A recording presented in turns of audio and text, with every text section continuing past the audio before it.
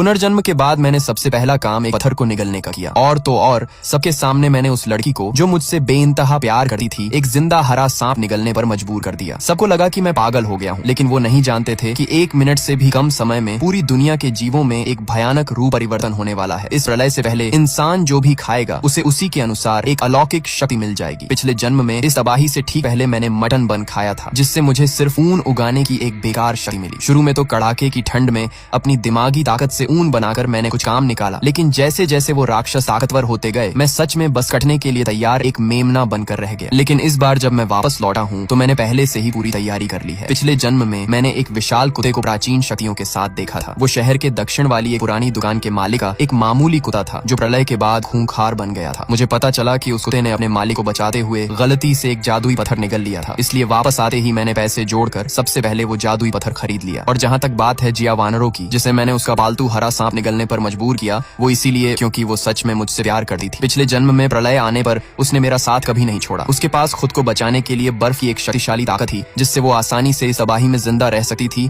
फिर भी वो मुझ जैसे कमजोर इंसान को बचाते बचाते मेरे साथ ही मारी गई। इसलिए इस बार मेरा फर्ज है कि मैं उसे सबसे शक्तिशाली बनाऊं। पिछले जन्म में उसका ये हरा सांप रूप बदलकर एक भयंकर ड्रैगन बन गया था। अगर वो दुकान के उस कुत्ते से लड़ाई में नहीं हारता तो वो भविष्य में एक महान ड्रैगन बन सकता था। और इसे जिंदा निगलने की वजह ये है कि पिछले जन्म के तजुर्बे से मुझे पता था कि जिंदा निगलने से ही सबसे बेहतरीन ताकत मिलती है। अगर मेरे इस जादुई पत्थर के 2 टुकड़े हो सकते तो मैं आधा हिस्सा उसे दे देता, लेकिन अब ये ड्रैगन की ताकत भी उसकी पिछले जन्म की बर्फ की ताकत से कई गुना ज्यादा शक्तिशाली होगी।